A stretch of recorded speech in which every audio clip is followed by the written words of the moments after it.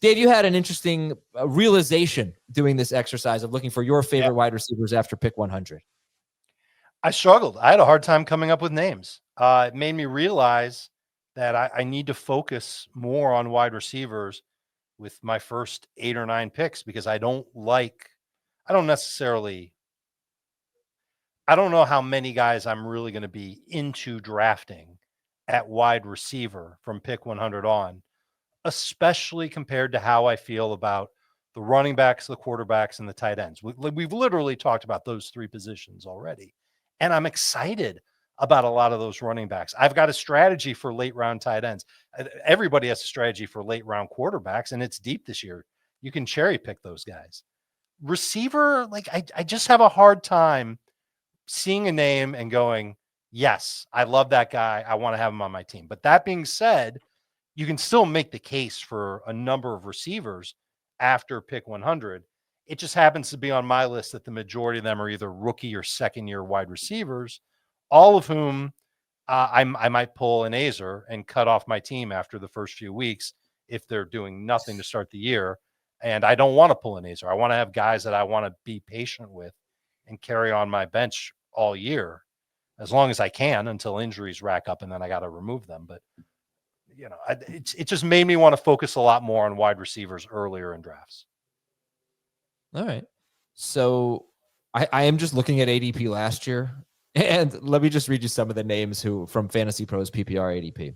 Some of the names of wide receivers who were drafted after pick 100. This was drafted. This was ADP.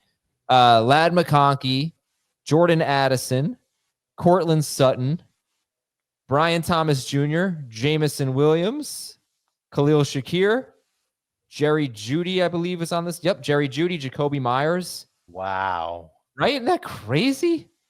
Amazing. All right, Jamie. All right, let's get some names. So Dave has Matthew Golden. A lot of rookies. Matthew Golden, Emeka Egbuka, Kyle Williams. Matthew Golden currently 141st in the rankings. Yeah, I like that value for a first-round receiver.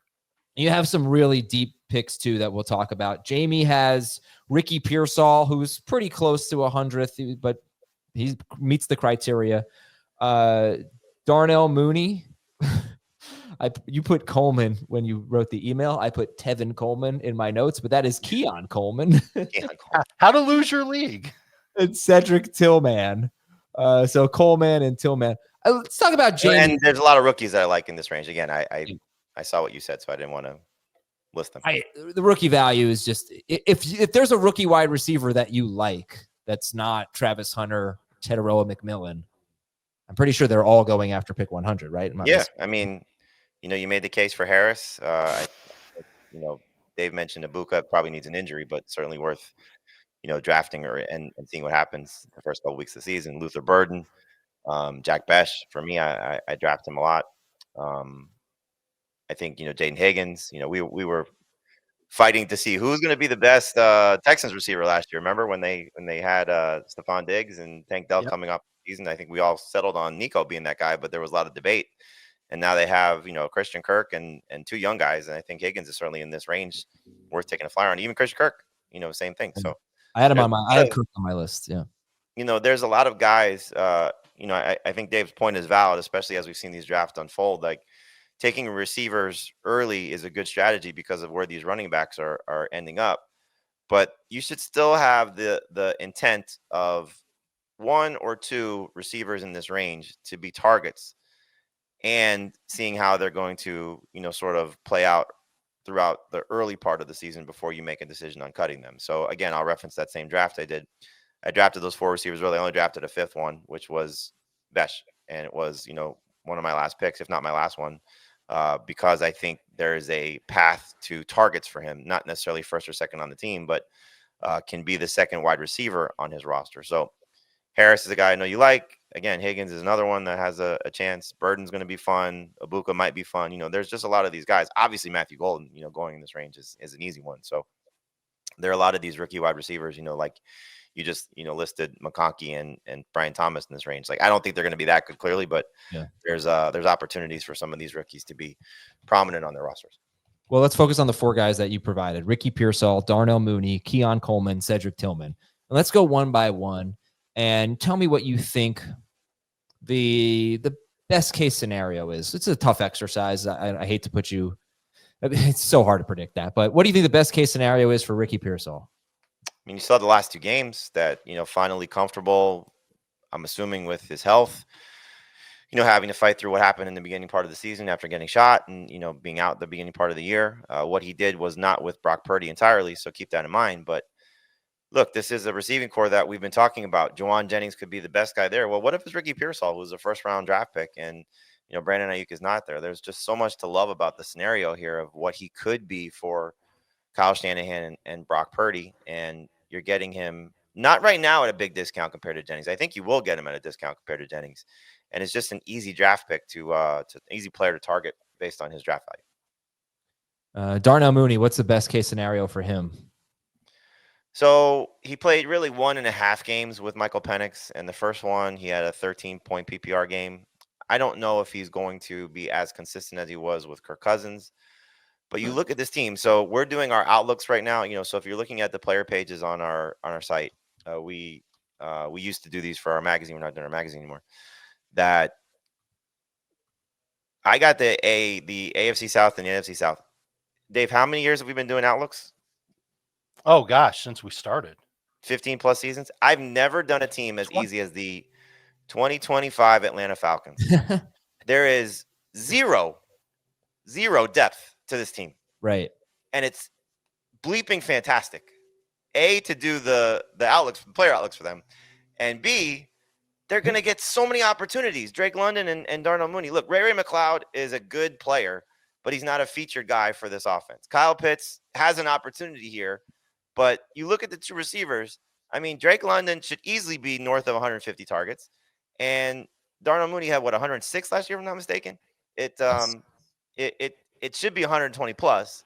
And so for a number 2 receiver that you're getting this late, it's just such an easy player to click on. So the draft that we did on our site, I drafted Drake London, and I really was struggling with, do I want to take Darnell Mooney as well? And I should have. He went, I think, around later, Thomas, if I'm not mistaken. They're just going to get so many chances. And if Penix is anywhere close to being as good as he was in college and in what he showed in week 18, like, they're going to have monster seasons. Well, see, that's the thing. Because originally I had Darnell Mooney as a guy that, and I do think, where's he coming in on this consensus rankings? Darnell Mooney's pretty low. He's free. He is. Yeah, that's the thing. Well, it's 118th, so that's round 10. He's not exactly free. Free. Christian Kirk goes right after him, and I would take Kirk ahead of him. Not me. I think I got a little bit cold on Mooney doing some research because, you mentioned the 120 targets. It's very possible that they are more pass heavy, but I would point out that, remember, Bijan got off to kind of a slow start. Then they became one of the most run heavy teams in football. I think they had the 3rd lowest pass rate from week 7 on. And just for the season, they were 24th in pass rate. So they were a run heavy team last year. Bijan is the engine for them. Mooney, like I said, 1 end zone target, 2 green zone, 6 red zone. So it'll be a little bit more balanced, but Drake London is the guy in that area. And I think it's just this simple fact. Darnell Mooney's been in the league for 5 years. He's never finished in the top 30 per game. So I just don't see him having like a huge upside season. I think the best case scenario would be like wide receiver 24 per game, which would be great if you're getting him in the 10th round. But I don't see league winner potential here. Do you see that with Kirk? No, I don't see that with Kirk. I see a better path to wide receiver 24 for Kirk than I do for Mooney. Do I see it with anyone? I guess I could see it with Golden, like league winning potential. I could see it with a guy like Golden. You see it with Pearsall for sure. I could see it with Pearsall, yeah. I guess I could see it with Keon Coleman, but I could also see him being dropped in 3 weeks. So Coleman is an interesting one for me because they didn't do very much to, I think, overhaul the receiving core. They did some tweaks. You lose Cooper, you lose Mac Hollins, and I think it's really funny to see how much of an impact Mac Hollins made at the end of the season for Josh Allen and the Bills. But they did really nothing of huge significance. I mean, Josh Palmer and Elijah Moore could be nice players for them and can easily outproduce Keon Coleman based on what we saw. But I really want to see what Coleman can become. And you look at the 2 games before he suffered the wrist injury against Miami. I believe that was week 9. He was really starting to get going. That's right when they traded for Amari Cooper. He had 2 very solid games. And you say this all the time. It's 100% accurate. Second half of the season for rookie wide receivers is when they start to show, I think, what they're really made of, because they're finally comfortable and they're starting to understand, I think, the game, the speed of the game, what their quarterbacks want to do, game plans, etc. And then he suffers that wrist injury, and he was never the same guy.